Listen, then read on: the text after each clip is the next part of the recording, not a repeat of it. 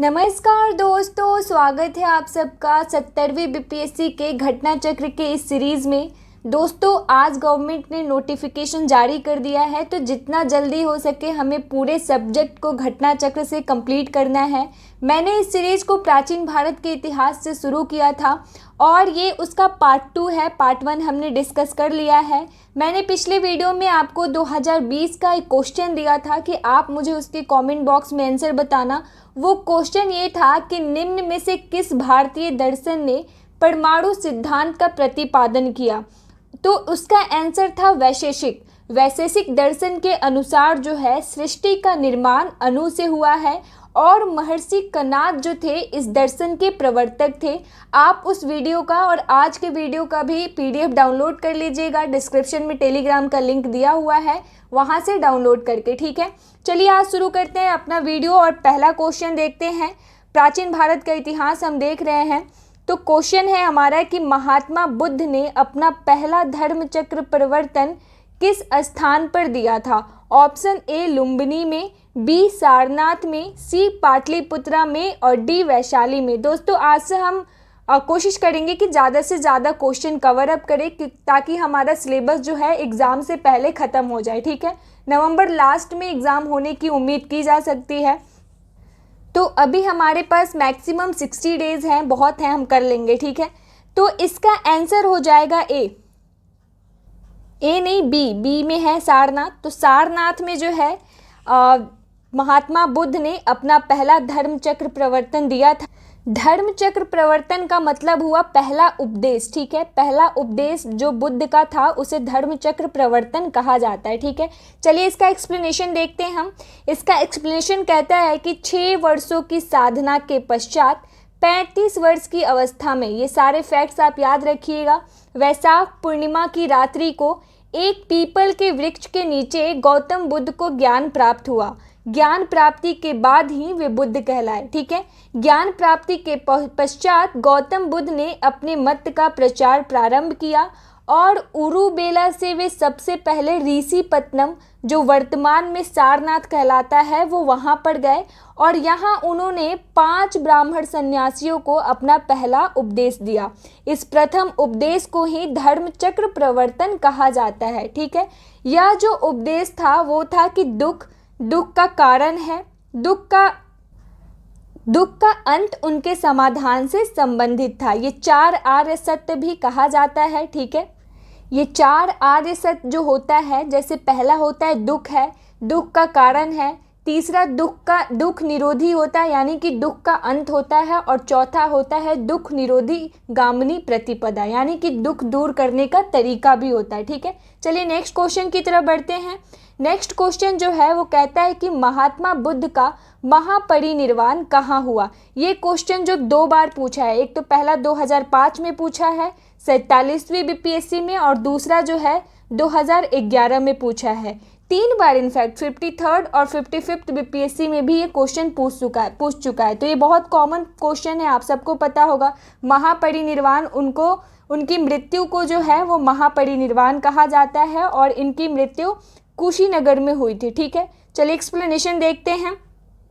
महात्मा बुद्ध ने अपना पहला उपदेश सारनाथ में दिया, ये ठीक है, हमने ऊपर ही देखा। उसके पश्चात वे बौद्ध धर्म के प्रचार के लिए कपिलवस्तु, राजगृह, वैशाली तथा कोसल राज्य गए। ये सब फैक्ट्स आप याद रखिएगा। ये भी पूछ सकता है कि महात्मा बुद्ध अपने धर्म के प्रचार के लिए किस किस राज्य में गए। तो क्या होगा, कपिलवस्तु हो जाएगा, राजगृह हो जाएगा, वैशाली होगा और कोशल राज्य गए। ठीक है, सबसे अधिक बौद्ध धर्म का प्रचार कोशल राज्य में हुआ। एक नया फैक्ट, इसमें हर लाइन में एक नया फैक्ट है। ठीक है, सबसे अधिक बौद्ध धर्म का प्रचार कहाँ हुआ, तो कोशल राज्य में हुआ। कोशल नरेश प्रसेनजीत ने भी अपने परिवार के साथ बुद्ध की शिष्यता ग्रहण की। अपना प्रचार करते हुए वे मल्लों की राजधानी पावा पहुँचे और यहाँ वे चुंद नामक लुहार की आम्र वाटिका में भी ठहरे। ठीक है, वहाँ पे ही जो लुहार था, उन्होंने बुद्ध को जो है शुक्र मद्दो कुछ खाने को दिया और इसी से उन्हें रक्ततिसार हो गया था और भयानक पीड़ा उत्पन्न हुई। इस वेदना के बाद भी वे कुशीनारा यानी कि कुशीनगर, जो उस समय मल्ल गणराज्य की राजधानी थी, वो वहाँ पहुँचे और यही 483 ईसा पूर्व में 80 वर्ष की अवस्था में उन्होंने शरीर त्याग दिया और इसी को महापरिनिर्वाण बौद्ध ग्रंथ में कहा गया। बुद्ध जो है वो 80 वर्ष की अवस्था में उन्होंने शरीर त्यागा और जैन जो महावीर थे वो 72 वर्ष की आयु में उन्होंने अपना शरीर त्यागा। ठीक है, चलिए नेक्स्ट क्वेश्चन देखते हैं। नेक्स्ट क्वेश्चन है कि त्रिपिटक किसकी धार्मिक पुस्तक है। ये जो बौद्ध धर्म से ना हर साल एक आध प्रश्न तो आने ही है, तो इस धर्म को हम अच्छे से कवर अप करेंगे। ठीक है, इसके बारे में सारी जानकारियाँ हम देखेंगे। ऑप्शन ए है इसका जैन, बी है हिंदू, सी पारसी और डी बौद्ध। तो इसका आंसर बहुत ही इजी हो जाएगा। आप सबको पता होगा कि बौद्ध धर्म में जो है त्रिपिटक धार्मिक पुस्तक है और ये क्वेश्चन जो है आपको 2017 में पूछा है 63rd बीपीएससी में। ठीक है, इसका एक्सप्लेनेशन देखते हैं हम। त्रिपिटक बौद्ध धर्म ग्रंथों में सर्वाधिक महत्वपूर्ण है। बुद्ध की मृत्यु के बाद उनकी शिक्षाओं को संकलित कर 3 भागों में बांटा गया और इन्हीं को त्रिपिटक कहते हैं। पहला कौन सा होगा? विनय पिटक, जिसमें संघ संबंधी नियम तथा आचार की शिक्षाएं दी गई हैं। ठीक है, अब सीधे याद रखिएगा, इसमें संघ संबंधी नियम है विनय पिटक में। दूसरा है सूत पिटक, जिसमें महात्मा बुद्ध के वचन हैं, यानी कि जो भी वो बोले हैं उनको इसमें संग्रहित किया गया है सूत पिटक में। ठीक है, और तीसरा है अभिधम्म पिटक। ठीक है, इसमें जो है बौद्ध धर्म के दार्शनिक सिद्धांतों को संकलित किया गया है। तो ये तीनों पिटक को आप ध्यान में रखिएगा। नेक्स्ट क्वेश्चन देखते हैं। नेक्स्ट क्वेश्चन है कि त्रिरत्न या 3 रत्न जैसे सटीक ज्ञान, सच्ची आस्था और सटीक क्रिया निम्न में से किससे संबंधित है? ऑप्शन ए बौद्ध धर्म, बी हिंदू धर्म, सी जैन धर्म, डी ईसाई धर्म और ई उपर्युक्त में से कोई नहीं या उपर्युक्त में से एक से अधिक। तो इसका आंसर हो जाएगा सी। ये जो है त्रिरत्न या 3 रत्न जो है वो जैन धर्म से संबंधित है। और त्रिरत्न में क्या क्या शामिल है चलिए देखते हैं। जैन धर्म में मोक्ष के लिए 3 साधन आवश्यक बताए गए हैं। वो है सम्यक धारण यानी कि दर्शन, सम्यक चरित्र एवं सम्यक ज्ञान। यही जो है बौद्ध धर्म के त्रिरत्न है। सम्यक दर्शन बोल सकते हैं आप या धारण भी बोल सकते हैं, लेकिन इजी होगा सम्यक दर्शन, सम्यक चरित्र एवं सम्यक ज्ञान। इन तीनों को जैन धर्म में त्रिरत्न की संज्ञा दी गई है। ठीक है, नेक्स्ट क्वेश्चन देखते हैं। नेक्स्ट क्वेश्चन है कि निम्नलिखित में से कौन सी बात बौद्ध धर्म तथा जैन धर्म में समान नहीं है, यानी कि कौन सी ऐसी बात है जो ये एक धर्म में दूसरी है तो दूसरी धर्म में उससे विभिन्न है। ऑप्शन ए अहिंसा, अहिंसा तो दोनों धर्म में ही है। दूसरा है वेदों के प्रति उदासीनता और तीसरा है आत्मदमन और चौथा है रीति व रिवाजों की अस्वीकृति। अहिंसा दोनों धर्मों में था और वेदों के प्रति उदासीनता भी दोनों धर्मों में था। आत्मदमन जो है वो नहीं है, मतलब इन दोनों में समान नहीं है, क्योंकि गौतम बुद्ध ने मध्यम मार्ग का उपदेश दिया था। इनका जो धर्म था वो बहुत ज़्यादा कठोर नहीं था, इसीलिए ज़्यादा लोकप्रिय हुआ। और जैन धर्म जो था वो बहुत ज़्यादा कठोर सिद्धांतों का पालन करता था, इसीलिए वो सीमित रह गया, क्योंकि सबके बस की बात नहीं होती उतने कठोर सिद्धांतों का पालन करना। ठीक है, और चौथा है रीति व रिवाजों की अस्वीकृति। ये दोनों धर्म में समान थे। ठीक है, चलिए एक्सप्लेनेशन देखते हैं इसका। गौतम बुद्ध ने मध्यम मार्ग का उपदेश दिया। वे मोक्ष के लिए कठोर साधना एवं काया क्लेश में विश्वास नहीं करते थे। इसके विपरीत महावीर स्वामी ने मोक्ष प्राप्ति के लिए घोर तपस्या तथा शरीर त्याग को आवश्यक बताया।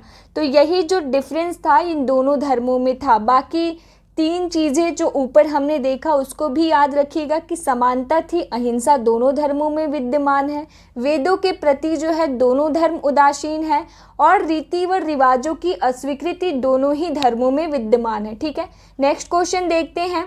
बोध गया में बोधि वृक्ष अपने वंश की किस पीढ़ी का है? जो अभी बोध गया में वृक्ष है वो किस पीढ़ी का है? और ये क्वेश्चन 2 बार पूछ चुका है आपको 48 और 52 बीपीएससी में, यानी कि 2008 में पूछा ये। ठीक है, ऑप्शन ए तृतीय, बी चतुर्थ, सी पंचम और डी षष्ठम।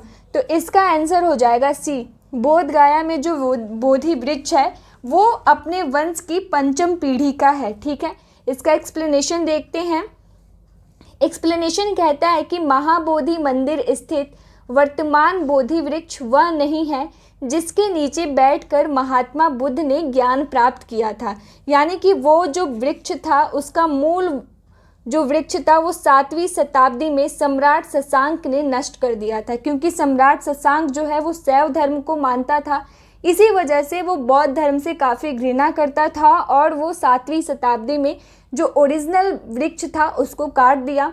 इसके बाद इस स्थान पर 2 और वृक्ष रोपित हुए और नष्ट हुए। ठीक है, वर्तमान वृक्ष जिसे हम देख रहे हैं वो 5वीं पीढ़ी का वृक्ष है जिसे अलेक्जेंडर कनिंघम ने लगवाया था। ये क्वेश्चन भी पूछ सकता है आपसे, इसीलिए हमें एक्सप्लेनेशन पढ़ना ज़रूरी हो जाता है, क्योंकि हम उस एक क्वेश्चन से और भी जानकारी हासिल करते हैं और हु नोज़ कि नेक्स्ट टाइम यही क्वेश्चन आपसे पूछ दे। ठीक है, तो अभी का जो वृक्ष है वो 5वीं पीढ़ी का और किसके द्वारा लगवाया गया है, तो अलेक्जेंडर कनिंघम ने लगवाया है। ठीक है, यह वृक्ष पूरी तरह संरक्षित है और केवल इससे गिरी हुई पत्तियों को ही छूने एवं उठाने का अधिकार है। अगर आप वहाँ पे गए होंगे तो आपने देखा होगा कि वहाँ पे पूरी तरीके से एक ऐसा मतलब दीवार टाइप का बनाया, वैसे देख तो सकते हैं, बस वो अंदर नहीं जा सकते हम। ठीक है, यह वृक्ष जो है वो कि यहाँ पे हमने पढ़ लिया। एक अन्य तथ्य के अनुसार जो है यह वृक्ष क्रमशः 2 बार यानी कि सम्राट अशोक और 1 बार पुष्यमित्र शुंग, 1 बार पूर्ववर्मा तथा अंत में कनिंघम द्वारा लगवाया गया। अतः यह 6ठी पीढ़ी का वृक्ष है। इसके पहले अशोक, पुष्यमित्र शुंग और एक पूर्व जो वर्मा थे, आई डोंट नो ये पूर्व वर्मा शायद टाइपिंग मिस्टेक है, कोई और होगा। बिहार सरकार के पर्यटन विभाग की वेबसाइट पर इसे 5वीं पीढ़ी का बताया गया है, तो हमें यही मानना है क्योंकि यही सही होगा। तो तथ्यों में विवाद होने के कारण बिहार लोक सेवा आयोग ने इस प्रश्न को मूल्यांकन से ही बाहर कर दिया था। तो छोड़िए लेकिन हमें अगर अभी फिर से पूछता है तो पंचम ही मानना है, क्योंकि बिहार सरकार के पर्यटन विभाग की वेबसाइट पर यही उपलब्ध है। ठीक है, नेक्स्ट क्वेश्चन देखते हैं। नेक्स्ट क्वेश्चन है कि बराबर की गुफाओं का उपयोग किसने आश्रय गृह के रूप में किया।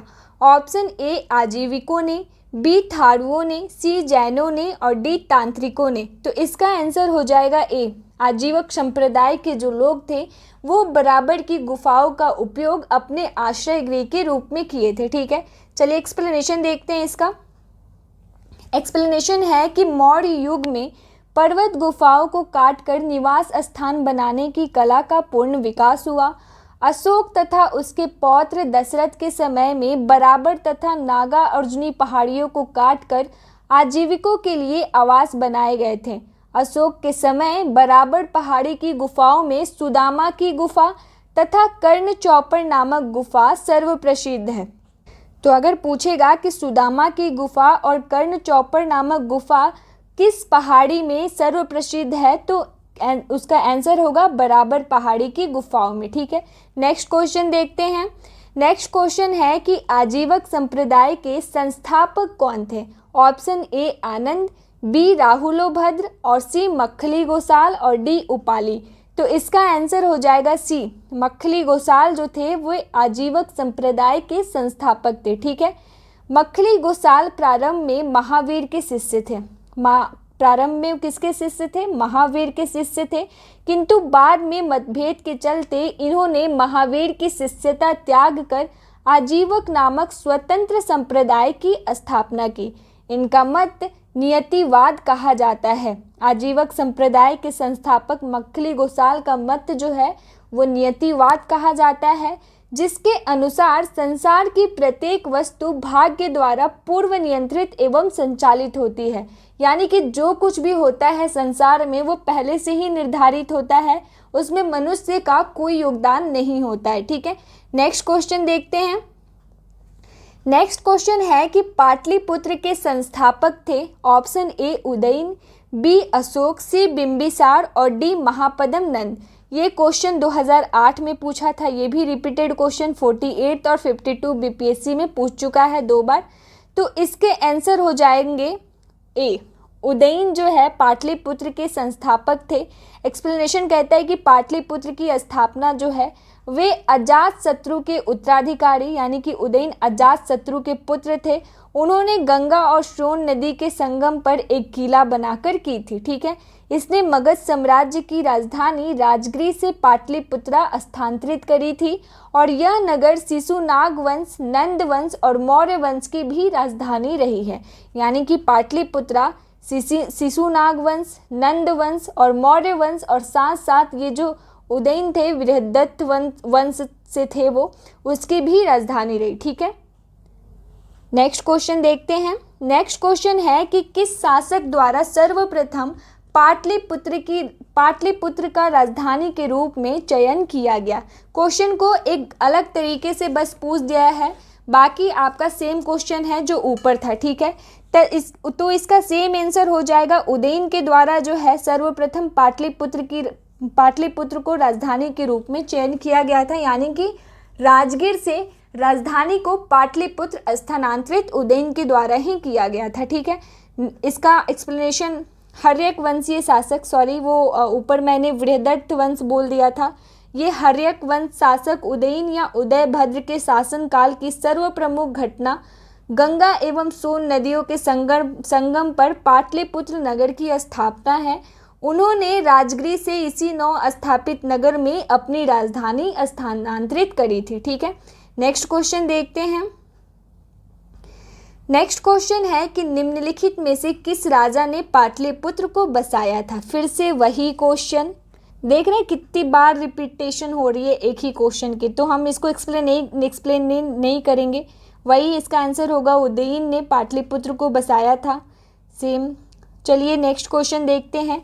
विश्व का पहला गणतंत्र वैशाली में किसके द्वारा स्थापित किया गया था। वैशाली जो था वो विश्व का पहला गणतंत्र राज्य था। ठीक है, ऑप्शन ए मौर्य, बी नंद और सी गुप्त और डी लिच्छवी। तो इसका आंसर हो जाएगा डी, लिच्छवी के द्वारा ही विश्व का पहला गणतंत्र वैशाली को स्थापित किया गया था। वैशाली के लिच्छवियों ने विश्व का पहला गणतंत्र स्थापित किया था। वैशाली बुद्ध काल का सबसे बड़ा तथा शक्तिशाली गणराज्य था। लिच्छवी वज्जी संघ में सर्वप्रमुख थे। लिच्छवी गणराज्य जो था वो वज्जी संघ में सर्वप्रमुख था। ठीक है, नेक्स्ट क्वेश्चन देखते हैं। मगध की प्रारंभिक राजधानी कौन सी थी। Option A Pataliputra, B Vaishali, C Rajgriha यानी कि ग्रीवरज भी कहा जाता था इसे, और डी चंपा। तो इसका आंसर हो जाएगा राजगृह। आप सबको पता होगा कि मगध की जो प्रारंभिक राजधानी थी वो राजगृह थी। ये 2011 में पूछा है, 2 बार इसको भी पूछा गया है। पुराणों के अनुसार मगध पर शासन करने वाला पहला राजवंश वृहदत्त वंश था। ठीक है, इस वंश के पहले राजा वृहदत्त का पुत्र जरासंध था। ठीक है, जिसने राजगृह यानी कि ग्रीवरज को अपनी राजधानी बनाया।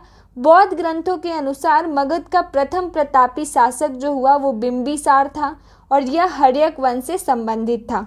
तो सबसे पहले मगध पे किसका शासन था, वृहदत्त वंश का। फिर आया आपका हर्यक वंश जिसका संस्थापक जो है बिंबिसार था और इसकी मृत्यु 492 ईसा पूर्व में हुई। इसके पश्चात जो है अजातशत्रु मगध का शासक हुआ। अजातशत्रु के पुत्र उदयन ने अपनी राजधानी राजगृह से पाटलिपुत्र स्थानांतरित करी। ठीक है, नेक्स्ट क्वेश्चन देखते हैं। नेक्स्ट क्वेश्चन है कि अजातशत्रु के वंश का नाम क्या है। ये 2011 में पूछा, बहुत इजी क्वेश्चन है। तो इसका हम डायरेक्ट आंसर हम जानते हैं कि हर्यक वंश से संबंधित था अजातशत्रु, तो इसके वंश का नाम होगा हर्यक वंश। ठीक है, मगध का शासक, इसका जो पीरियड रहा है वो 492 से 460 ईसा पूर्व रहा है। ये अपने पिता एवं हर्यक वंश के संस्थापक बिंबिसार की हत्या कर राजगद्दी पर बैठा था। ठीक है, और अजातशत्रु की भी हत्या उसके पुत्र यानी कि उदयन ने कर दिया था। और कौशांबी के वत्स राजा उदयन से भिन्न, ये कुछ अलग दे रहा है, इसकी हत्या ये पुत्र उसके उदयन ने कर दी थी। ठीक है, यानी यहाँ पे बता रहा है कि कौशांबी में वत्स राजा उदयन भी थे और ये हर्यक वंश का ये मगध का राजा था उदयन। तो ये दोनों ही भिन्न भिन्न थे, ये उदयन था और ये वो उदयन थे। ठीक है, नेक्स्ट क्वेश्चन देखते हैं। सैंड्रोकोटस से चंद्रगुप्त मौर्य की पहचान किसने की? ये थोड़ा आया डिफरेंट क्वेश्चन, ये भी दो बार पूछा है, 48 और 52 बीपीएससी में 2008 में। इसका ऑप्शन है A William Jones, B V A Smith, C R K. Mukherjee और डी डी.आर. भंडारकर। तो इसका आंसर हो जाएगा ए विलियम जोन्स जो है सैंड्रोकोटस से चंद्रगुप्त मौर्य की पहचान करी थी। ठीक है, एक्सप्लेनेशन देखते हैं इसका। विलियम्स जोन्स जो थे वो पहले विद्वान थे जिन्होंने सैंड्रोकोटस की पहचान मौर्य शासक चंद्रगुप्त मौर्य से की। एरियन तथा प्लूटार्क ने चंद्रगुप्त मौर्य को एंड्रोकोटस के रूप में वर्णित किया है। कि कौन कौन से विद्वान जो हैं एंड्रोकोटस बोले हैं चंद्रगुप्त मौर्य को? तो एरियन तथा प्लूटार्क, नाम याद रखिएगा। जबकि जस्टिन जो थे, जस्टिन, उन्होंने सैंड्रोकोटस, चंद्रगुप्त मौर्य को सैंड्रोकोटस और सिकंदर महान की भेंट का उल्लेख किया है। ठीक है, तो एंड्रोकोटस किसने बोला है? एरियन तथा प्लूटार्क ने, और सैंड्रोकोटस जस्टिन ने बोला है। ठीक है,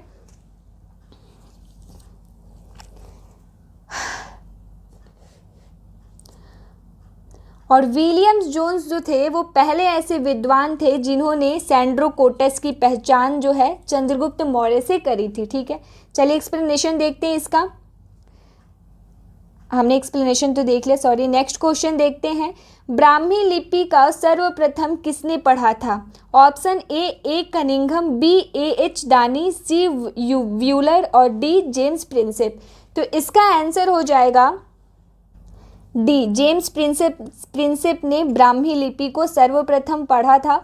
ये यूपीपीसीएस में भी पूछा हुआ है और आपके बीपीएससी में भी ये क्वेश्चन पूछा हुआ है। ठीक है, सर्वप्रथम 1837 ईस्वी में जेम्स प्रिंसेप नामक अंग्रेज विद्वान ने अशोक के लेखों जो ब्राह्मी लिपि में लिखा हुआ था उसका उद्वाचन यानी कि उसको पढ़ा, किंतु उन्होंने लेखों के देवानामपिय की पहचान जो है वो सिंहल के राजा तिस से कर डाली। जो श्रीलंका के राजा थे वहाँ पे तिस थे, उनसे कर डाली।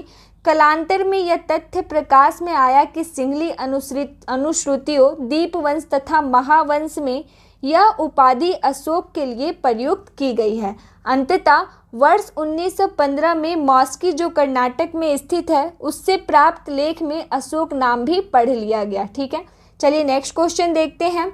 नेक्स्ट क्वेश्चन है कि मेगस्थनीज की पुस्तक का नाम क्या है? ऑप्शन ए अर्थशास्त्र, बी ऋग्वेद, सी पुराण और डी इंडिका।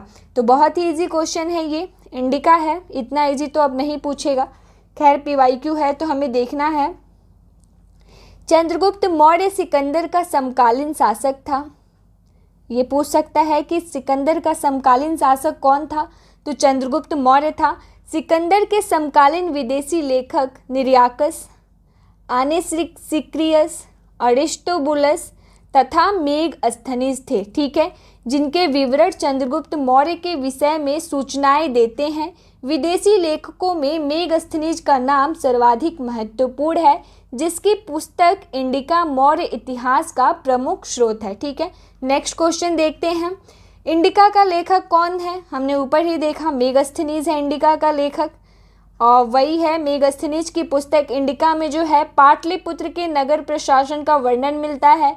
इसके अनुसार जो है पाटलिपुत्र नगर का प्रशासन 30 सदस्यों की विभिन्न समितियों द्वारा होता था। इसकी कुल 6 समितियां होती थीं तथा प्रत्येक समिति में जो है 5-5 सदस्य होते थे।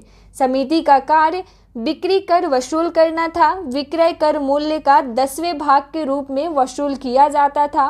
करों की चोरी करने वालों को मृत्यु दंड भी दिया जाता था। ठीक है, तो पढ़ लिया हमने इंडिका में क्या क्या वर्णित किया गया है। और 19th नंबर क्वेश्चन है कि मेगस्थनीज किसका दूत था? ऑप्शन ए सेल्यूकस का, बी सिकंदर का, सी डेरियस का और डी यूनानियों का और ई है उपर्युक्त में से कोई नहीं या उपर्युक्त में से एक से। तो इसका आंसर हो जाएगा ए सेल्यूकस का जो है मेगस्थनीज इसी का दूत था। ठीक है, मेगस्थनीज सेल्यूकस निकेटर द्वारा चंद्रगुप्त मौर्य की राज्य सभा में भेजा गया यूनानी राजदूत था। इसके पूर्व ग आराकोशिया के क्षत्रप के राज दरबार में सेल्यूकस का राजदूत रह चुका था।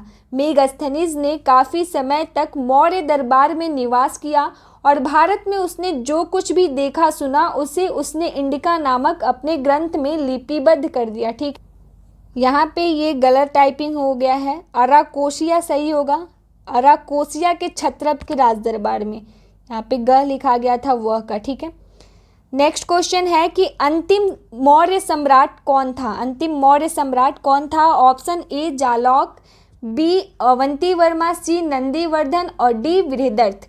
तो इसका आंसर मैं नहीं बताऊंगी, इसका आंसर आप मुझे बताओगे कमेंट बॉक्स में। ठीक है, तो आशा करती हूँ कि आज की वीडियो आपको पसंद आई होगी। अगर पसंद आई है तो लाइक, शेयर और सब्सक्राइब ज़रूर करें।